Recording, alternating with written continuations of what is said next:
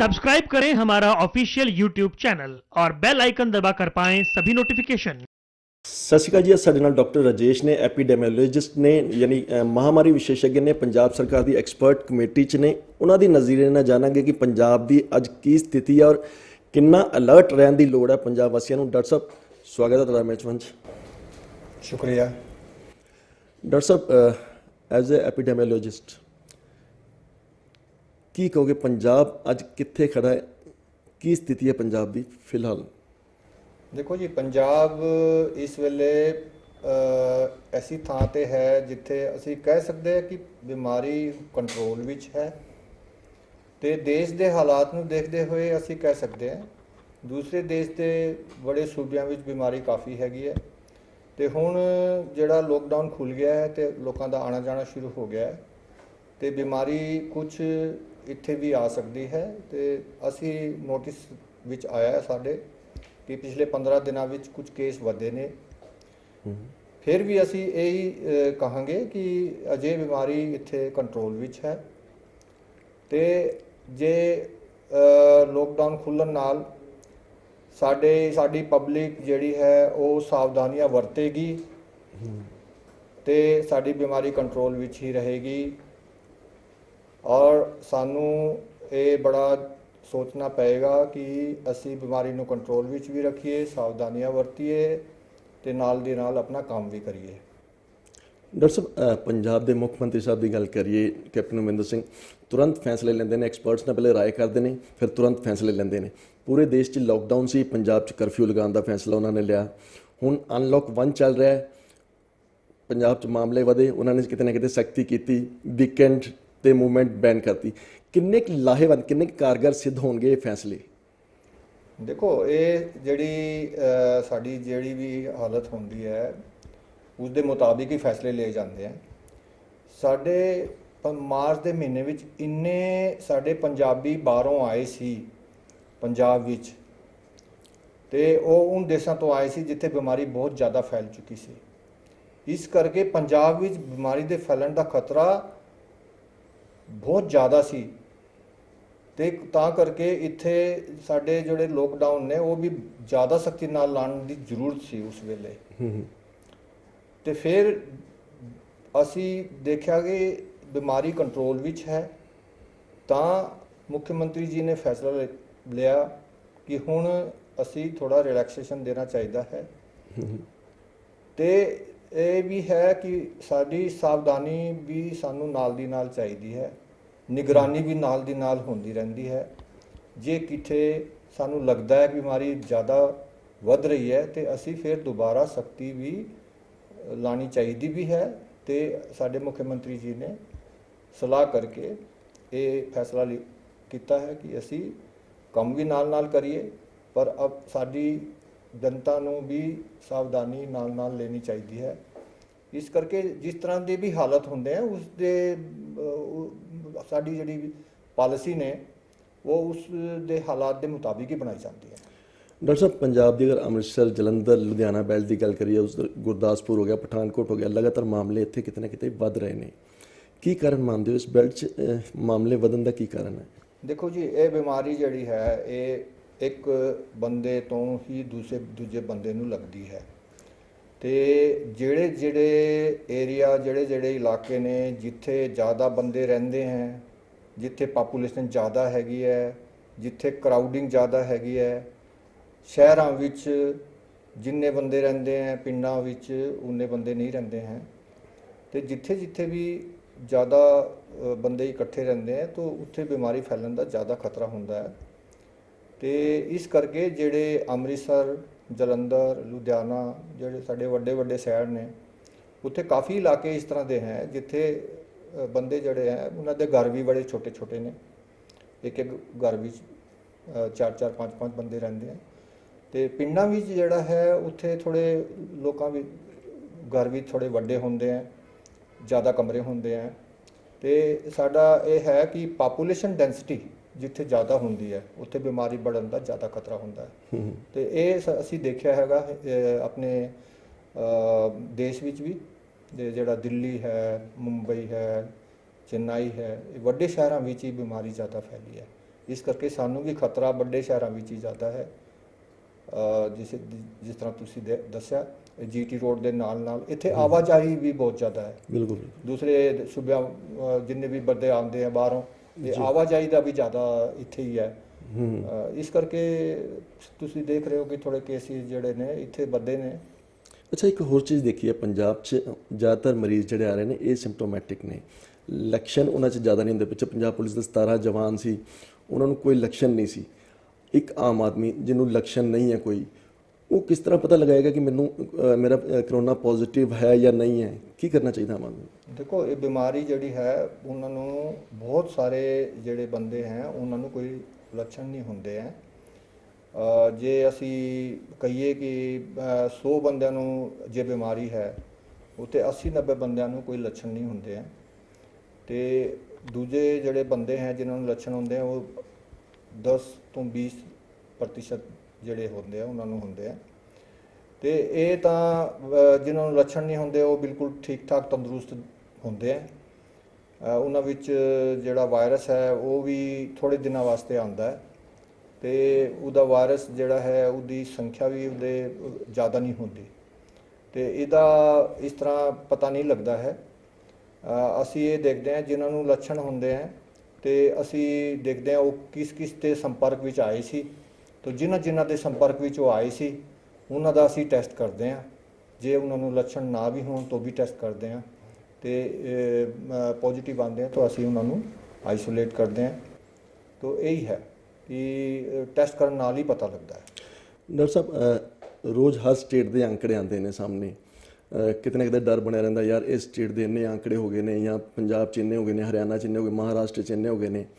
Number of patients ਜ਼ਿਆਦਾ ਮਾਇਨੇ ਰੱਖਦਾ, ਜਾਂ ਜਿਹੜੇ ਪੇਸ਼ੈਂਟਸ ਨੇ ਕਿਸ ਸਟੇਜ 'ਤੇ ਨੇ ਇਹ ਜ਼ਿਆਦਾ ਮਾਇਨੇ ਰੱਖਦਾ ਹੈ? ਦੇਖੋ, ਜਿਹੜਾ ਸਾਨੂੰ ਮਾਇਨੇ ਜ਼ਿਆਦਾ ਰੱਖਦਾ ਹੈ ਨੰਬਰ ਆਫ ਪੇਸ਼ੈਂਟ ਜਿਹੜੇ ਹੈ ਉਹ ਵੀ ਮਾਇਨੇ ਰੱਖਦਾ ਹੈ, ਪਰ ਸਾਨੂੰ ਜ਼ਿਆਦਾ ਮਾਇਨੇ ਇਹ ਰੱਖਦਾ ਹੈ ਕਿ ਜਿਹੜੇ ਮਰੀਜ਼ ਨੇ ਉਹਨਾਂ ਵਿੱਚ ਸੀਰੀਅਸ ਮਰੀਜ਼ ਕਿੰਨੇ ਹੈ, ਅਤੇ ਕਿੰਨੇ ਮਰੀਜ਼ ਹੈ ਜਿਨ੍ਹਾਂ ਦੀ ਜਾਨ ਅਸੀਂ ਨਹੀਂ ਬਚਾ ਸਕੇ। ਤਾਂ ਉਹ ਜ਼ਿਆਦਾ ਜ਼ਰੂਰੀ ਹੈ। ਮੇਰੇ ਖਿਆਲ ਬਿਮਾਰੀ ਜਿਹੜੀ ਆਉਂਦੀ ਹੈ, ਬਿਮਾਰੀ ਠੀਕ ਹੋ ਜਾਂਦੀ ਹੈ 10-15 ਦਿਨਾਂ ਬਾਅਦ, ਅਤੇ ਸਾਨੂੰ ਇਹ ਜ਼ਿਆਦਾ ਫਿਕਰ ਰਹਿੰਦੀ ਹੈ ਕਿ ਜਿਹੜੇ ਬਿਮਾਰੀ ਤੋਂ ਬਾਹਰ ਨਹੀਂ ਆ ਪਾਉਂਦੇ, ਰਹਿ ਜਾਂਦੇ ਹੈ, ਅਤੇ ਸਾਨੂੰ ਉਹਨਾਂ ਦੀ ਜ਼ਿਆਦਾ ਫਿਕਰ ਹੈ। ਡਾਕਟਰ ਸਾਹਿਬ, ਇਸ ਤੋਂ ਇਲਾਵਾ ਕਮਿਊਨਿਟੀ ਟਰਾਂਸਮਿਸ਼ਨ ਦੀ ਗੱਲ ਕਰੀਏ, ਕਮਿਊਨਿਟੀ ਸਪਰੈਡ ਦੀ ਗੱਲ ਕਰੀਏ, ਤੇ ਫਿਲਹਾਲ ਪੰਜਾਬ ਕਿੱਥੇ ਖੜਾ ਹੈ? ਦੂਸਰੀ ਗੱਲ ਕਿ ਇਹਦੇ ਜਿਹੜੇ ਐਵੀਡੈਂਸ ਨੇ ਜਾਂ ਇਹਦੇ ਆંકੜੇ ਨੇ, ਕਿਸ ਤਰ੍ਹਾਂ ਅਸੀਂ ਲਿਆਉਂਦੇ ਹਾਂ ਕਿ ਕਮਿਊਨਿਟੀ ਟਰਾਂਸਮਿਸ਼ਨ ਹੁਣ ਹੋ ਰਿਹਾ ਸਟੇਟ 'ਚ, ਕਿਸੇ ਵੀ ਸਟੇਟ 'ਚ? ਦੇਖੋ, ਇਹ ਕਾਫੀ ਚਰਚਾ ਵਿੱਚ ਹੈ ਕਿ ਕਮਿਊਨਿਟੀ ਟਰਾਂਸਮਿਸ਼ਨ ਪੰਜਾਬ ਵਿੱਚ ਹੈ ਜਾਂ ਨਹੀਂ ਹੈ, ਹਿੰਦੁਸਤਾਨ ਵਿੱਚ ਹੈ ਜਾਂ ਨਹੀਂ ਹੈ। ਅਤੇ ਮੇਰਾ ਮੰਨਣਾ ਇਹ ਹੈ ਕਿ ਸਾਡੇ ਪੰਜਾਬ ਵਿੱਚ ਅਜੇ ਕਮਿਊਨਿਟੀ ਟਰਾਂਸਮਿਸ਼ਨ ਨਹੀਂ ਹੈ। ਕਮਿਊਨਿਟੀ ਟਰਾਂਸਮਿਸ਼ਨ ਅਸੀਂ ਕਹਿੰਦੇ ਹਾਂ ਜਦ ਸਾਨੂੰ ਜ਼ਿਆਦਾਤਰ ਕੇਸਾਂ ਵਿੱਚ ਸੋਰਸ ਦਾ ਪਤਾ ਨਹੀਂ ਲੱਗਦਾ। ਜ਼ਿਆਦਾਤਰ ਦਾ ਮੇਰਾ ਮਤਲਬ ਹੈ ਕਹਿਣ ਦਾ 70-80% ਕੇਸਾਂ ਵਿੱਚ ਜੇ ਸਾਨੂੰ ਪਤਾ ਨਹੀਂ ਲੱਗਦਾ ਵੀ ਕਿੱਥੋਂ ਇਹਨੇ ਪਕੜੀ ਹੈ ਬਿਮਾਰੀ, ਤਾਂ ਅਸੀਂ ਕਹਿੰਦੇ ਹਾਂ ਵੀ ਕਮਿਊਨਿਟੀ ਟਰਾਂਸਮਿਸ਼ਨ। ਇੱਥੇ ਪੰਜਾਬ ਵਿੱਚ ਇਸ ਤਰ੍ਹਾਂ ਦੀ ਹਾਲਤ ਨਹੀਂ ਹੈ। ਸਾਨੂੰ ਜ਼ਿਆਦਾਤਰ ਮਰੀਜ਼ਾਂ ਵਿੱਚੋਂ ਇਹ ਪਤਾ ਲੱਗ ਜਾਂਦਾ ਹੈ ਕਿ ਇਹਦਾ ਟਰੈਵਲ ਹਿਸਟਰੀ ਹੈ, ਇਹਦਾ ਕੋਈ ਸੰਪਰਕ ਸੀਗਾ ਬਿਮਾਰ ਆਦਮੀ ਨਾਲ। ਪਰ ਦੂਜੇ ਜਿਹੜੇ ਸੂਬੇ ਨੇ, ਦੂਜੇ ਜਿਹੜੇ ਸ਼ਹਿਰ ਨੇ, ਉੱਥੇ ਹੋ ਸਕਦਾ ਹੈ ਬਿਮਾਰੀ ਇੱਕ ਤਰ੍ਹਾਂ ਦੀ ਇੱਕ ਥਾਂ 'ਤੇ ਅਲੱਗ-ਅਲੱਗ ਉਹਦੀ ਇੰਟੈਂਸਿਟੀ ਹੁੰਦੀ ਹੈ। ਅਤੇ ਪੰਜਾਬ ਵਿੱਚ ਮੇਰਾ ਖਿਆਲ ਹੈ ਅਜੇ ਅਸੀਂ ਨਹੀਂ ਕਹਿ ਸਕਦੇ ਕਿ ਇੱਥੇ ਕਮਿਊਨਿਟੀ ਟਰਾਂਸਮਿਸ਼ਨ ਹੈਗੀ। ਡਾਕਟਰ ਸਾਹਿਬ, ਬ੍ਰੇਕ ਤੋਂ ਪਹਿਲਾਂ ਅਸੀਂ ਗੱਲ ਕਰ ਰਹੇ ਸੀ ਕਮਿਊਨਿਟੀ ਟਰਾਂਸਮਿਸ਼ਨ ਦੀ। ਖੁਦ ਸੀਐਮ ਕੈਪਟਨ ਅਮਰਿੰਦਰ ਸਿੰਘ ਥੋੜ੍ਹੇ ਦਿਨ ਪਹਿਲਾਂ ਲਾਈਵ ਹੋਏ, ਉਹਨਾਂ ਨੇ ਪ੍ਰਦੇਸ਼ ਦੀ ਜਨਤਾ ਦੇ ਨਾਲ ਸੰਬੋਧਨ ਕੀਤਾ ਔਰ ਇਹ ਕਿਹਾ ਕਿ ਅਗਸਤ ਤੋਂ ਸੈਪਟੰਬਰ ਤੱਕ ਇਹਦਾ ਪੀਕ ਹੋ ਸਕਦਾ ਹੈ।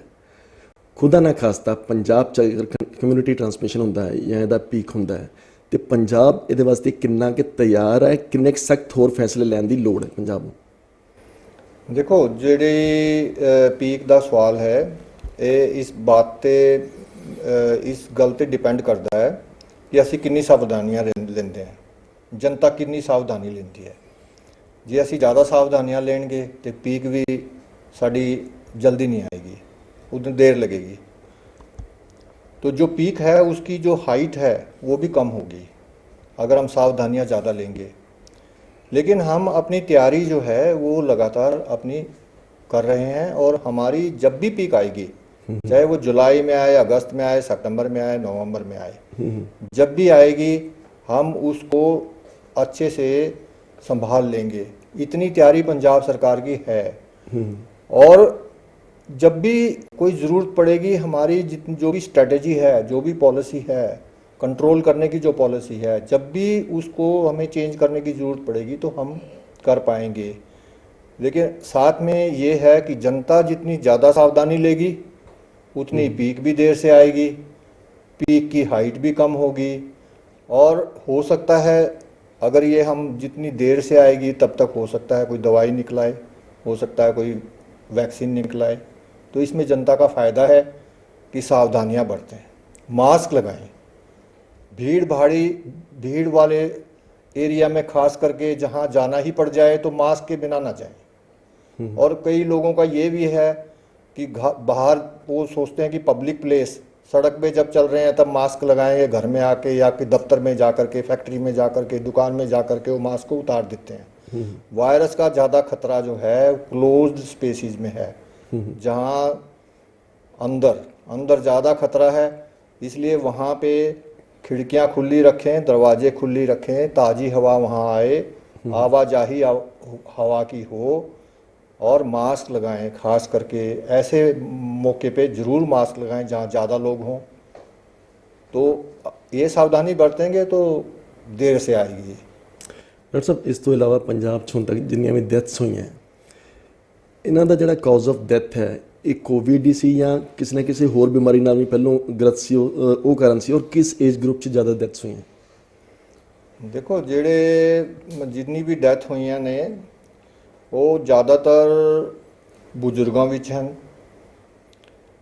Young people also die. ये नहीं है कि डेथ जो है वो जो नौजवान हैं, बच्चे हैं, उनमें भी हैं, होती हैं, बट डेथ होने की जो संभावना है, जैसे जैसे उम्र बढ़ती है उसकी संभावना बढ़ती जाती है जी। जैसे 40-50 से ऊपर, 60 से ऊपर, 70 से ऊपर ज़्यादा संभावना हो जाती है। और अगर दूसरी बीमारियां साथ में हैं, जैसे डायबिटीज़ है, बीपी की बीमारी है, कैंसर है, कोई और बीमारियां साथ में होती हैं, तो उन लोगों में ये जो मृत्यु की संभावना ज़्यादा हो जाती है इस वायरस से। तो ये तो हमारा पैटर्न जो पंजाब का है वो दूसरे प्रांतों का जो पैटर्न है वैसा ही पैटर्न है, दूसरे देशों में भी ऐसे ही पैटर्न है जी। तो इसलिए हम ये कहते हैं कि आप सावधानियां जो लोगे, जो हमारे बुजुर्ग हैं वो तो और भी ज़्यादा सावधानियां लें। वो तो मास्क को उतारे नहीं, जहाँ भी जाएं, कोई घर में मिलने वाला आता है, वो किसी को मिलने के लिए जाते हैं तो मास्क लगा के रखें। गाइडलाइंस के मुताबिक भी ये कहा जाता है कि 65 साल तो उपर जोड़े बजुर्ग ने वो बाहर घट निकलन, या 10 साल तो नीचे बच्चे ने वो बाहर घट निकलन, या जड़ियाँ गर्भवती औरतें ने वो बाहर, इन्होंने इन्फेक्शन किस तरह जल्दी फटती है? देखो जी, हुण जिहड़ा है लॉकडाउन खत्म हो चुका है। हुण लोग जिहड़े हैं वो अपनी रोजी रोटी वास्ते फैक्ट्रियां भी जा रहे हैं, दफ्तरां विच भी जा रहे हैं, बाजार विच भी जा रहे हैं सौदा लेने वास्ते, दुकानदार अपनी दुकानदारी भी कर रहे हैं। तो ये सारा जी साड़ी दिनचर्या है ये तो चलनी है। बच्चों ने भी बाहर निकलना है, खेलना कूदना है, जेड़े साडे बुजुर्ग भी हैं उन्होंने भी सैर वैर करनी है, सवेरे शाम मंदिर जाना है, मस्जिद जाना है, गुरुद्वारे जाना है। तो ये साडा कहना ये है, ये सारे काम तुसी जिस वेले तुसी ये सारे कामां विच लगे हो, एक तां तुसी मास्क लगा के रखो जी, दूजे दूरी बना के रखो जी जी, 1 मीटर की दूरी बना के रखो। ते तुसी अपने हाथां नूं साफ करो, साबुन नाल धो। जे तुसी खाना खांदे हो उस तो पहला धो, खाना खाण तो बाद धो, नवी थावां विच गए हो उत्थे धो, पखाने गए हो उस दे बाद भी धो, ते अपने हाथां नूं साबुन नाल अच्छी तरह से धो। जे तुसी जाना ही पैंदा है तो जाओ, बट यू ट्राई कि यू डोंट गो अननेसेसरीली। ਬੇਮਤਲਬ ਇੱਧਰ ਉੱਧਰ ਘੁੰਮਣ ਦੀ ਕੋਈ ਜ਼ਰੂਰਤ ਨਹੀਂ ਹੈ। ਜੇ ਤੁਹਾਨੂੰ ਬੜੀ ਜ਼ਰੂਰਤ ਹੈ ਤਾਂ ਜਾਓ, ਪਰ ਇਹ ਸਾਵਧਾਨੀਆਂ ਨਾਲ ਹੋਣੀ ਚਾਹੀਦੀ ਹੈ। ਇਸ ਤੋਂ ਇਲਾਵਾ ਅਗਰ ਡਾਈਟ ਦੀ ਗੱਲ, ਕਿਉਂਕਿ ਖਾਣ ਪੀਣ ਦੇ ਬਹੁਤ ਸ਼ੌਕੀਨ ਹੁੰਦੇ ਪੰਜਾਬ ਦੇ ਲੋਕ, ਔਰ ਡਾਈਟ ਦੀ ਗੱਲ ਕਰੀਏ ਤੇ ਕੀ ਚੀਜ਼ਾਂ ਡਾਈਟ 'ਚ ਸ਼ਾਮਿਲ ਕੀਤੀਆਂ ਜਾ ਸਕਦੀਆਂ ਤਾਂ ਕਿ ਕੋਵਿਡ ਤੋਂ ਬਚਿਆ ਜਾ ਸਕੇ? ਦੇਖੋ, ਡਾਈਟ ਵਿੱਚ, ਨੋਰਮਲ ਡਾਈਟ ਵਿੱਚ ਸਾਰਾ ਕੁਝ ਹੁੰਦਾ ਹੈ। ਸਾਰੇ ਵਿਟਾਮਿਨ ਹੁੰਦੇ ਹੈ, ਸਾਰੇ ਮਿਨਰਲ ਹੁੰਦੇ ਹੈ। ਨੋਰਮਲ ਡਾਈਟ ਖਾਣੀ ਚਾਹੀਦੀ ਹੈ।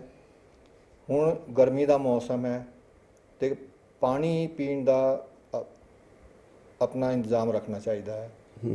दिन में 4-5 बार पानी पीना चाहिए है। खाना नॉर्मल खाना चाहिए है।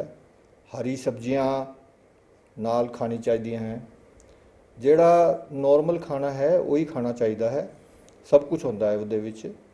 सब्जियां ਤੇ ਜਿਹੜੇ सीजनल ਜਿਹੜੇ ਮਿਲਦੇ ਨੇ, फ्रूट्स मिलते हैं, वो भी खा सकते हैं। नॉर्मल डाइट खाना चाहिए है। ਡਾਕਟਰ ਸਾਹਿਬ, ਪਹਿਲੋਂ ਪੰਜਾਬ 'ਚ ਆਂਕੜਾ ਕਾਫੀ ਘੱਟ ਸੀ। ਉਸ ਤੋਂ ਬਾਅਦ ਪੰਜਾਬ ਸਰਕਾਰ ਨੇ ਇੱਕ ਦਲੇਰ ਫੈਸਲਾ ਲਿਆ। ਨੰਦੇੜ ਸਾਹਿਬ ਤੋਂ ਸ਼ਰਧਾਲੂ ਸੀ, ਉਹਨਾਂ ਨੂੰ ਪੰਜਾਬ ਲਿਆਂਦਾ, ਆਂਕੜੇ ਫਿਰ ਵਧੇ। ਉਸ ਤੋਂ ਬਾਅਦ ਵੱਡੀ ਮਤਲਬ ਛੁੱਟੀ ਵੀ ਦਿੱਤੀ ਗਈ ਕਿਉਂਕਿ ਠੀਕ ਹੋ ਕੇ ਘਰ ਵੀ ਗਏ।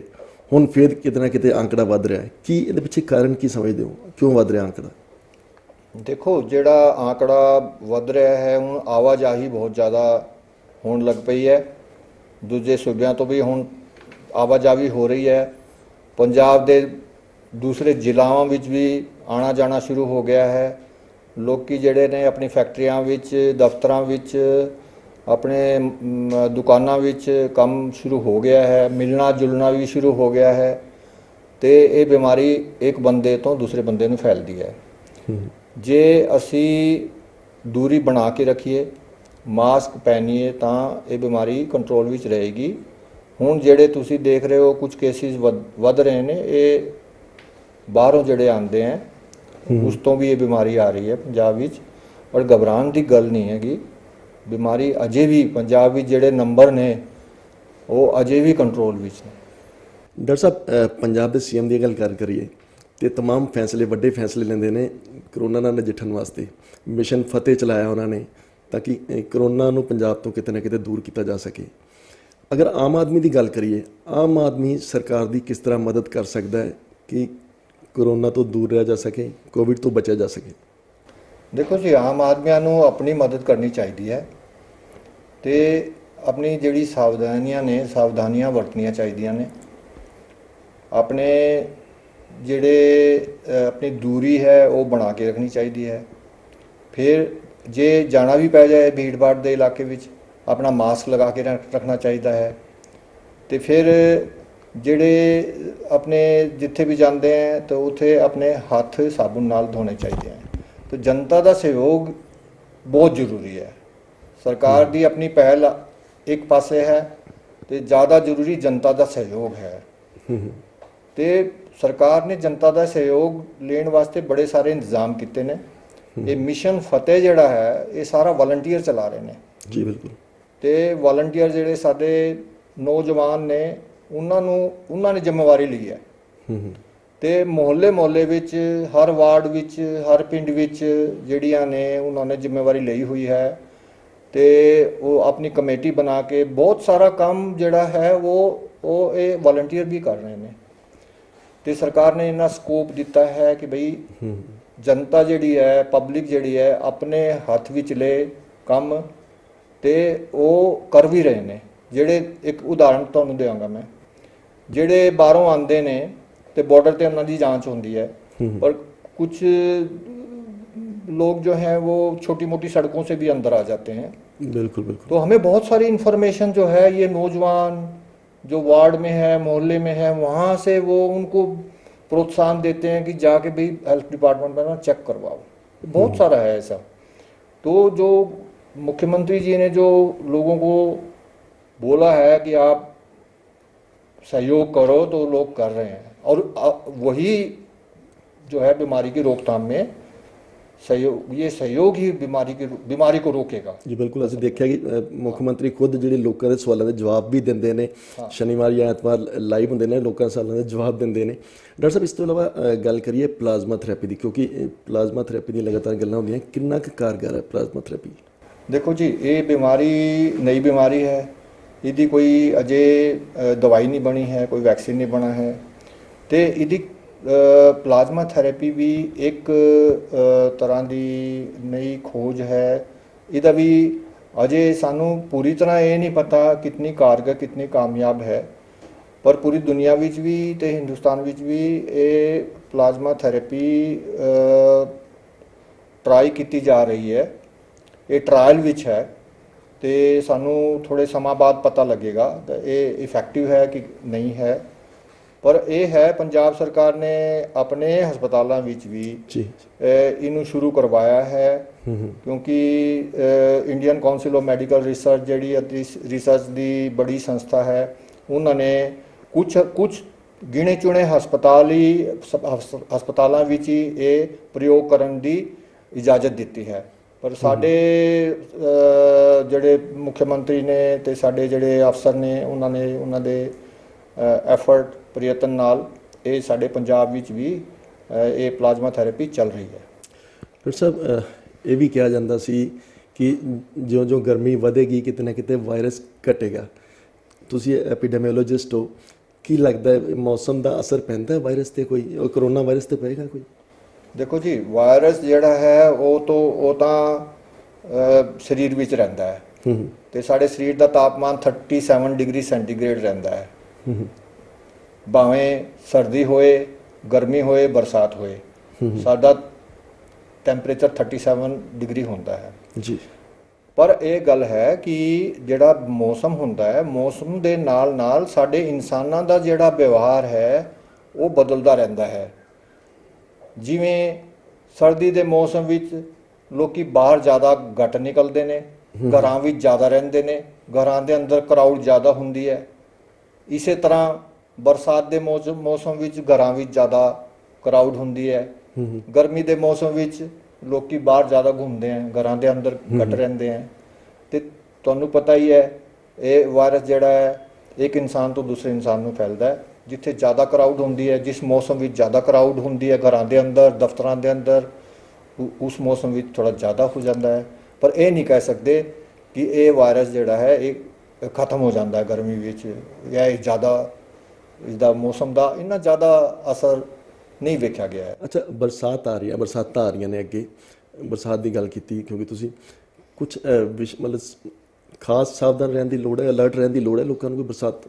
ਦੇਖੋ ਜੀ, ਸਾਡਾ ਤਾਂ ਇਹੀ ਹੈ, ਸਾਵਧਾਨੀਆਂ ਜਿਹੜੀ ਹੈ ਉਹ ਸਾਵਧਾਨੀਆਂ ਅਸੀਂ ਦੱਸੀ ਤੁਹਾਨੂੰ ਕਿ ਦੂਰੀ ਬਣਾ ਕੇ ਰੱਖਣੀ ਚਾਹੀਦੀ ਹੈ 1 ਮੀਟਰ ਤੋਂ ਜ਼ਿਆਦਾ, ਤੇ ਮਾਸਕ ਲਗਾਉਣਾ ਚਾਹੀਦਾ ਹੈ, ਤੇ ਹੱਥਾਂ ਨੂੰ ਸਾਬੁਨ ਨਾਲ ਧੋਣਾ ਚਾਹੀਦਾ ਹੈ।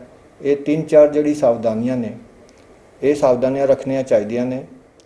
ਇਹ ਸਾਵਧਾਨੀਆਂ ਖਤਰਾ ਜਿਹੜਾ ਹੈ ਉਹ ਵੱਧ ਜਾਂਦਾ ਹੈ ਜੇ ਤੁਸੀਂ ਕਲੋਜ਼ਡ ਸਪੇਸ ਵਿੱਚ ਹੁੰਦੇ ਹੋ, ਜਿੱਥੇ ਦਰਵਾਜ਼ੇ ਖਿੜਕੀਆਂ ਵੀ ਬੰਦ ਨੇ, ਹਵਾ ਆਉਣ ਜਾਣ ਦਾ ਕੋਈ ਇੰਤਜ਼ਾਮ ਨਹੀਂ ਹੈਗਾ, ਬੜੇ ਜ਼ਿਆਦਾ ਬੰਦੇ ਉੱਥੇ ਇਕੱਠੇ ਹੋ ਗਏ ਨੇ, ਇਕੱਠੇ ਬੈਠ ਕੇ ਉੱਥੇ ਗੱਪਸ਼ਪ ਕਰ ਰਹੇ ਨੇ, ਖਾਣਾ ਪੀਣਾ ਹੋ ਰਿਹਾ ਹੈ, ਪਾਰਟੀ ਹੋ ਰਹੀ ਹੈ।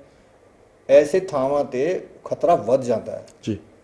ਤੇ ਅਸੀਂ ਇਹ ਕਹਾਂਗੇ, ਚਾਹੇ ਗਰਮੀ ਹੋ, ਬਰਸਾਤ ਹੋ, ਸਰਦੀ ਹੋ, ਇਹ ਸਾਵਧਾਨੀਆਂ ਜਿਹੜੀ ਮੈंने ਤੁਹਾਨੂੰ ਦੱਸੀਆਂ ਨੇ, ਕਿ ਦੂਰੀ ਬਣਾ ਕੇ ਰੱਖੋ, ਬਿਲਕੁਲ ਮਾਸਕ ਪਹਿਨ ਕੇ ਰੱਖੋ, ਤੇ ਹੱਥ ਆਪਣੇ ਜਿਹੜੇ ਹੈ ਖਾਣਾ ਖਾਣ ਤੋਂ ਪਹਿਲਾਂ ਤੇ ਸੌਂ ਜਾਣ ਤੋਂ ਬਾਅਦ ਆਪਣੇ ਹੱਥਾਂ ਨੂੰ ਚੰਗੀ ਤਰ੍ਹਾਂ ਸਾਬੁਨ ਨਾਲ ਧੋ। ਇਹ ਸਾਵਧਾਨੀਆਂ ਵਰਤਣੀਆਂ ਚਾਹੀਦੀਆਂ। ਡਾਕਟਰ ਸਾਹਿਬ, ਦੁਨੀਆ ਭਰ ਦੀ ਅਗਰ ਗੱਲ ਕੀਤੀ ਜਾਏ, ਕਿਉਂਕਿ ਕਰੋਨਾ ਮਹਾਮਾਰੀ ਚੱਲਦੀ ਪਈ ਔਰ ਕੋਵਿਡ ਵੈਕਸੀਨ ਨੂੰ ਲੈ ਕੇ ਕਿਤੇ ਨਾ ਕਿਤੇ ਰਿਸਰਚ ਹੋ ਰਹੀ ਹੈ ਦੁਨੀਆ ਭਰ 'ਚ। ਕੋਈ ਵੀ ਵੈਕਸੀਨ ਤਿਆਰ ਕਰਨ ਵਾਸਤੇ ਜਿਹੜਾ ਰਿਸਰਚ ਹੁੰਦਾ ਉਹਦੇ 'ਚ ਕਿਸ ਤਰ੍ਹਾਂ ਦੀਆਂ ਫਾਰਮੈਲਿਟੀਜ਼ ਹੁੰਦੀਆਂ, ਕਿੰਨਾ ਕੁ ਟਾਈਮ ਜਿਹੜਾ ਲੱਗ ਜਾਂਦਾ ਹੈ ਔਰ ਕਿੰਨਾ ਕੁ ਟਾਈਮ ਲੱਗਣ ਵਾਲਾ ਕੋਵਿਡ ਦਾ ਵੈਕਸੀਨ ਤਿਆਰ ਹੋਣ ਨੂੰ? ਦੇਖੋ ਜੀ, ਕੋਈ ਵੀ ਚਾਹੇ ਵੈਕਸੀਨ, ਦਵਾਈ ਜਿਹੜੀ ਬਣਦੀ ਹੈ, ਉਹਦਾ ਕਾਫੀ ਜ਼ਿਆਦਾ ਉਹਦੇ ਵਿੱਚ ਪ੍ਰਯੋਗ ਕਰਨੇ ਪੈਂਦੇ ਨੇ। ਇਹ ਦੇਖਣਾ ਪੈਂਦਾ ਹੈ ਇਹ ਫਾਇਦਾ ਕਰੇਗੀ ਕਿ ਨੁਕਸਾਨ ਕਰੇਗੀ, ਤੇ ਇਹਦੇ ਵਿੱਚ ਕਈ ਤਰ੍ਹਾਂ ਦੇ ਪ੍ਰਯੋਗ ਹੁੰਦੇ ਹੈ, ਇਸ ਦੇ ਵਿੱਚ ਟਾਈਮ ਲੱਗਦਾ ਹੈ। ਪਰ ਇਹ ਮਹਾਮਾਰੀ ਹੈ, ਬਿਮਾਰੀ ਬਹੁਤ ਜ਼ਿਆਦਾ ਫੈਲ ਚੁੱਕੀ ਹੈ, ਤੇ ਇਸ ਵੇਲੇ ਬਹੁਤ ਜ਼ਿਆਦਾ ਕੋਸ਼ਿਸ਼ ਹੋ ਰਹੀ ਹੈ ਜਲਦੀ ਤੋਂ ਜਲਦੀ ਬਣਾਉਣ ਦੀ। ਫਿਰ ਵੀ ਜਿੰਨਾ ਵੀ ਜਲਦੀ ਤੋਂ ਜਲਦੀ ਅਸੀਂ ਕਰੀਏ, ਇਹ ਇਹਦੇ ਵਿੱਚ ਮਹੀਨੋਂ ਲੱਗ ਜਾਂਦੇ ਆ। ਇਹ ਦਿਨਾਂ ਦਾ ਕੰਮ ਨਹੀਂ ਹੈ, ਮਹੀਨਿਆਂ ਦਾ ਕੰਮ ਹੈ। ਕੀ ਮੰਨਦੇ ਹੋ ਕਿ ਹਜੇ ਵੇਟ ਕਰਨੀ ਪਏਗੀ ਜਨਤਾ ਨੂੰ? ਦੇਖੋ ਕੋਈ ਵੀ ਪੱਕੇ ਤੌਰ ਤੇ ਕੋਈ ਕਹਿ ਨਹੀਂ ਸਕਦਾ, ਕੋਈ ਬ੍ਰੇਕ ਥਰੂ ਹੋ ਸਕਦਾ ਹੈ, ਕਿਸੇ ਵੀ ਵੇਲੇ ਹੋ ਸਕਦਾ ਹੈ, ਕੋਈ ਪੱਕੀ ਤਰ੍ਹਾਂ ਨਹੀਂ ਕਹਿ ਸਕਦੇ। ਅਸੀਂ ਉਮੀਦ ਨਾਲ ਹੀ ਅਸੀਂ ਜੀ ਰਹੇ ਹਾਂ, ਉਮੀਦ ਰੱਖਣੀ ਚਾਹੀਦੀ ਹੈ ਕਿ ਕੁਝ ਨਾ ਕੁਝ ਵੈਕਸੀਨ ਤੇ ਕੋਈ ਡਰਗ ਆਏ। ਪਰ ਸਭ ਤੋਂ ਚੰਗਾ ਮੇਰੇ ਖਿਆਲ ਮੇ ਜਿਹੜਾ ਸਾਨੂੰ ਪਤਾ ਹੈ, ਜਿਹੜੀ ਸਾਵਧਾਨੀਆਂ ਸਾਡੇ ਕੋਲ ਹੈ, ਜੋ ਅਸੀਂ ਖੁਦ ਕਰ ਸਕਦੇ ਹਾਂ, ਮੇਰੇ ਖਿਆਲ ਉਹਨਾਂ ਦਾ ਪ੍ਰਯੋਗ ਕਰਨਾ ਚਾਹੀਦਾ ਹੈ। ਤੇ ਬਿਮਾਰੀ ਨੂੰ ਖਤਮ ਕਰਨ ਲਈ ਇਹ ਸਾਵਧਾਨੀਆਂ ਵੀ ਕਾਫੀ ਨੇ। ਤੇ ਕੋਈ ਦਵਾਈ ਜਿਹੜੀ ਹੈ ਜਾਂ ਕੋਈ ਵੈਕਸੀਨ ਹੈ ਉਹ ਆ ਜਾਏਗੀ ਤਾਂ ਚੰਗਾ ਹੈ। ਡਾਕਟਰ ਸਾਹਿਬ, ਤੁਸੀਂ ਪੰਜਾਬ ਸਰਕਾਰ ਦੀ ਐਕਸਪਰਟ ਕਮੇਟੀ 'ਚ ਲਗਾਤਾਰ ਸਲਾਹਾਂ ਦਿੰਦੇ ਹੋ ਪੰਜਾਬ ਸਰਕਾਰ ਨੂੰ। ਲਾਸਟ ਤੇ ਪੰਜਾਬ ਦੀ ਜਨਤਾ ਨੂੰ ਕੀ ਸਲਾਹ ਦਊਗੇ? ਕਿੰਨਾ ਕੁ ਘਬਰਾਉਣ ਦੀ ਲੋੜ ਹੈ, ਕਿੰਨਾ ਕੁ ਡਰਨ ਦੀ ਲੋੜ ਹੈ, ਜਾਂ ਕਿੰਨਾ ਕੁ ਸਾਵਧਾਨ ਰਹਿਣ ਦੀ ਲੋੜ ਹੈ ਪੰਜਾਬ ਦੀ ਜਨਤਾ ਨੂੰ? ਦੇਖੋ, ਅਸੀਂ ਜਿਹੜੀ ਸਲਾਹ ਦਿੰਦੇ ਹਾਂ ਪੰਜਾਬ ਸਰਕਾਰ ਨੂੰ ਦਿੰਦੇ ਹਾਂ ਔਰ ਜਨਤਾ ਨੂੰ ਵੀ ਦਿੰਦੇ ਹਾਂ। ਪੰਜਾਬ ਸਰਕਾਰ ਜਨਤਾ ਲਈ ਹੀ ਹੈ ਤੇ ਮੇਰੇ ਖਿਆਲ ਵਿੱਚ ਜਨਤਾ ਜਿਹੜੀ ਹੈ ਉਹਨਾਂ ਦੀ ਸਲਾਹ ਇਹੀ ਹੈ ਕਿ ਸਾਡਾ ਬਚਾਓ ਸਾਡੇ ਹੱਥ ਹੀ ਹੈ। ਅਸੀਂ ਖੁਦ ਆਪਣਾ ਬਚਾਓ ਕਰਨਾ ਚਾਹੀਦਾ ਹੈ। ਸਰਕਾਰ ਸਹਿਯੋਗ ਦਿੰਦੀ ਹੈ ਤੁਹਾਨੂੰ ਆਪਣਾ ਬਚਾਓ ਕਰਨ ਵਾਸਤੇ। ਤੇ ਇਹ ਉਦਾਹਰਨ ਦਿਆਂਗਾ ਮੈਂ ਤੁਹਾਨੂੰ। ਵੈਨ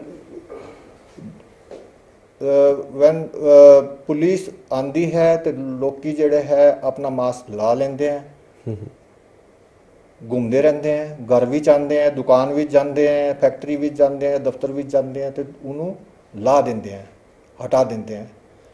ਅੰਦਰ ਜ਼ਿਆਦਾ ਲੋੜ ਹੈ ਇਹਦੀ। ਤੇ ਮੈਂ ਇਹੀ ਕਹਾਂਗਾ ਜਨਤਾ ਨੂੰ ਕਿ ਆਪਣਾ ਬਚਾਅ ਸਾਵਧਾਨੀਆਂ ਨਾਲ ਕਰੋ। ਮੇਰੀ ਬੈਸਟ ਵਿਸ਼ੇਸ are with my people. I hope कि ये बीमारी हमारे पास बहुत ज़्यादा ना आए, लेकिन जैसे ये आएगी भी तो हमें इसके लिए तैयार रहना है। बहुत ज़्यादा डरने की ज़रूरत नहीं है, पर लापरवाही की ज़रूरत भी नहीं है। लापरवाही ना करें, सावधानियाँ बरतें और डर को अपना थोड़ा कम करें। हमें वायरस है, अपनी ज़िंदगी को चलाना है, अपना काम धंधा भी करना है और अपनी ज़िंदगी को भी बचाना है, तो सावधानियां बरतें। ਸੋ ਇਹ ਹਨ ਡਾਕਟਰ ਰਾਜੇਸ਼ ਜਿਨ੍ਹਾਂ ਨੇ ਕੋਵਿਡ-19 ਨੂੰ ਲੈ ਕੇ ਬੇਬਾਕੀ ਨਾਲ ਆਪਣੀ ਰਾਏ ਰੱਖੀ। MH1 ਤੇ ਖਬਰਾਂ ਦਾ ਸਿਲਸਿਲਾ ਜਾਰੀ ਹੈ ਜੀ। ਸਤਿ ਸ਼੍ਰੀ ਅਕਾਲ।